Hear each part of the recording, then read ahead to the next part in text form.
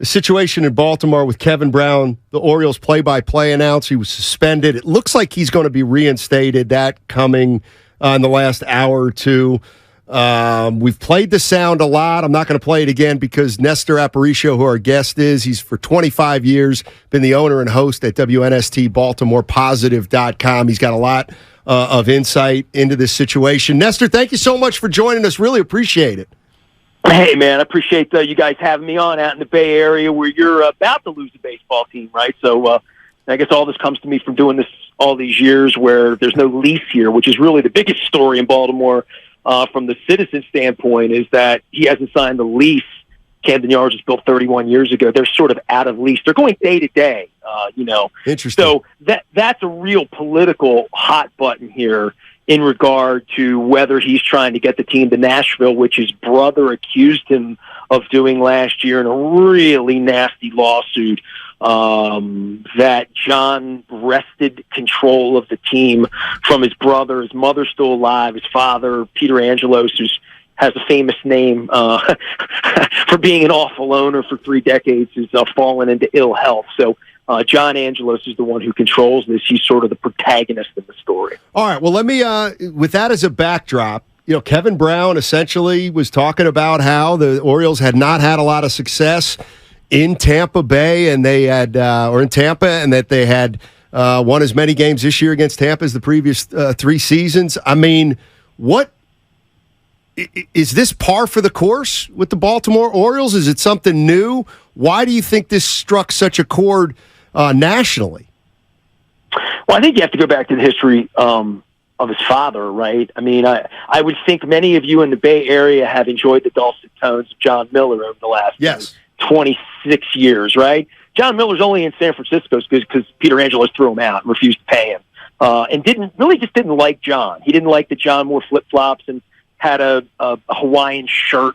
John didn't dress like Chuck Thompson, who was the venerable old 1960s broadcaster who famously had a call here, "Ain't the beer cold?" That was his Oriole victory cheer in the 60s and 70s here when I was a kid.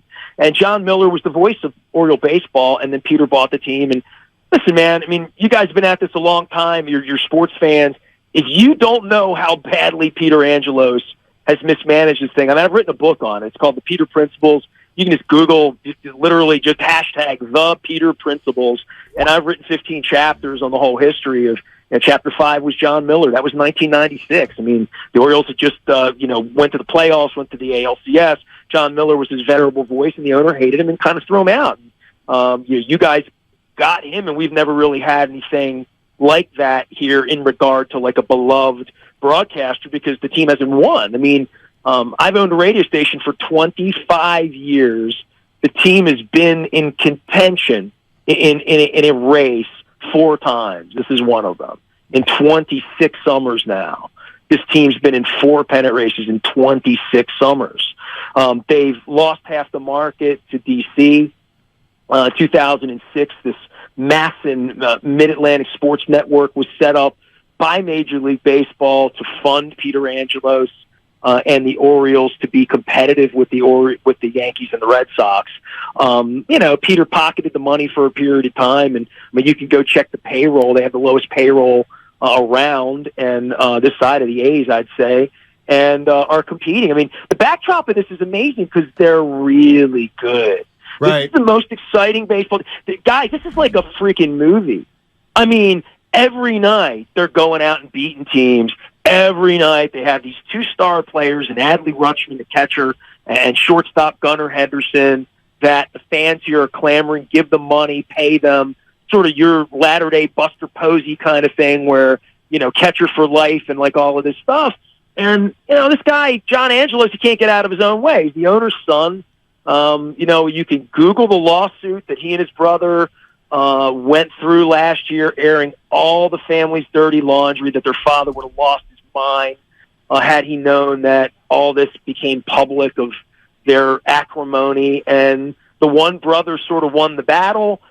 He doesn't really talk to anybody in Major League Baseball at all. The fans here are concerned he's moving the team to Nashville.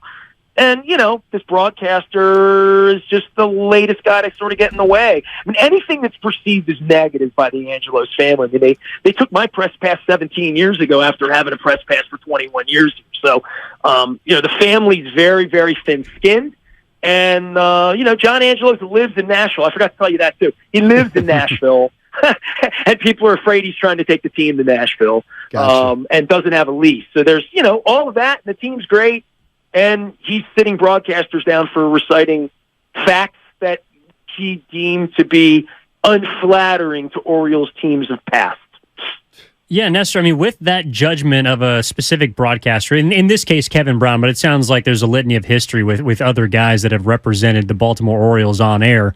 I'm curious, as someone that has been in the business for a long time, but specifically in the market of Baltimore, what do you want from your play-by-play announcer? Because it's clear from the actions by the ownership that any representation of the downtimes are not acceptable, and only focusing on the present, which to your point has been a storybook season so far for Baltimore, is the only thing that should come out of your mouth. Like, what do you personally want?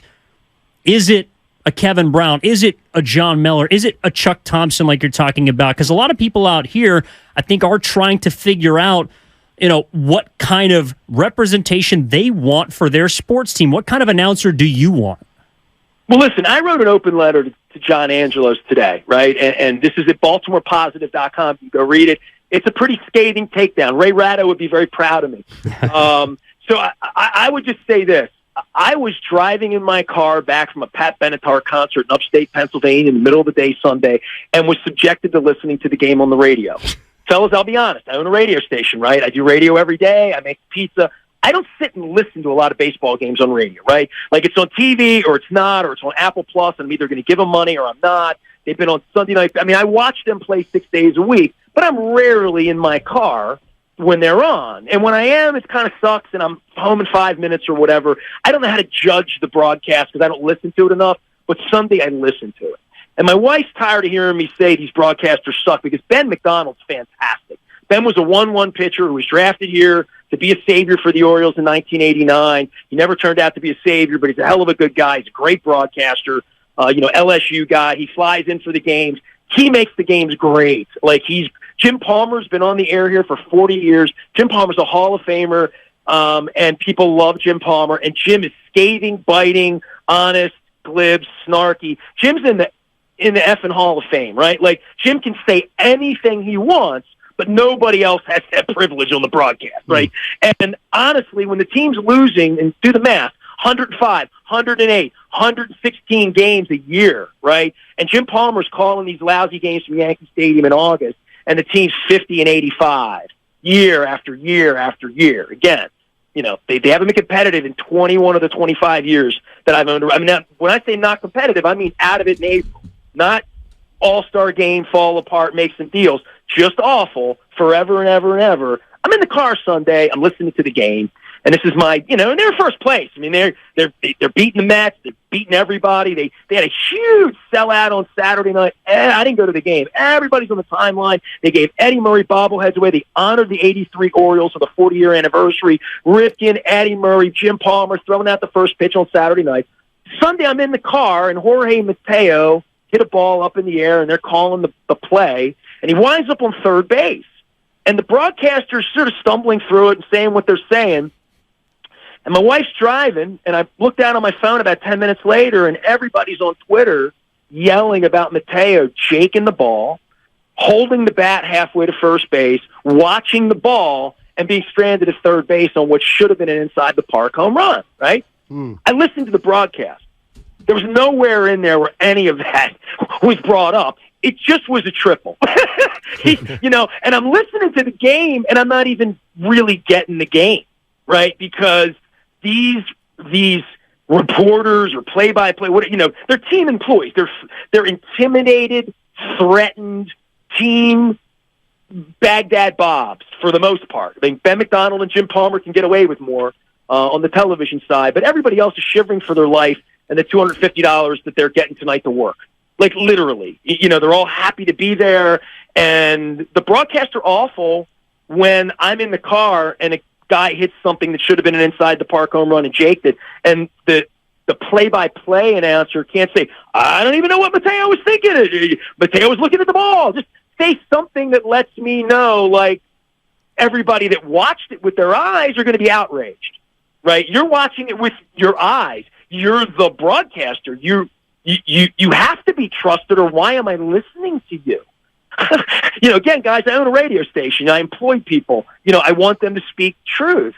And the obvious is obvious. And with the Orioles, the obvious is what you guys have seen in San Francisco, which is we've been subjected to this for a long time. Fellas, right now, go to the websites in our community. Go to WBAL, they're the team partner. Go to WBAL.com. Go to Fox 45 Baltimore. Go to WMAR Channel 2. Go to their websites. This story's not even on their website.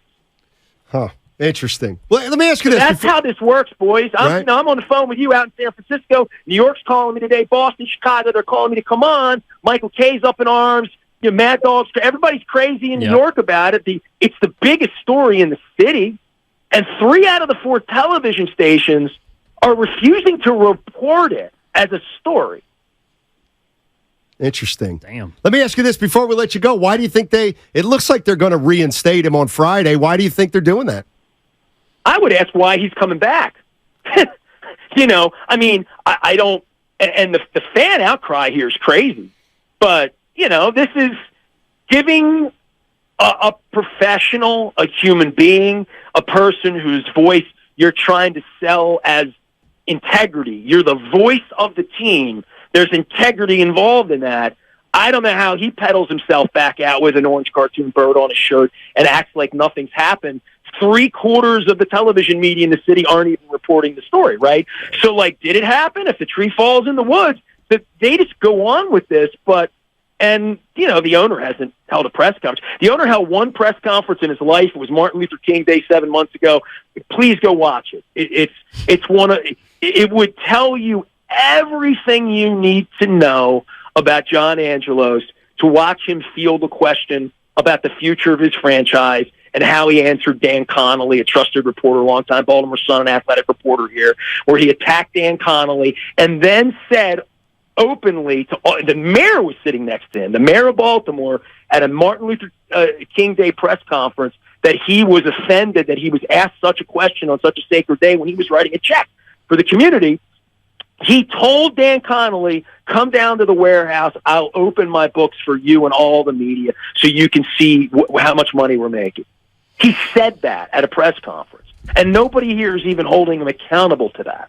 Interesting. I mean, it's really small town Hickville type of stuff for Baltimore. That this is a story all over the country. Yeah. Like you were calling me and saying how and why, and I'm like, have you read the script? It's like Putin, how and why? Come on, you've been watching this.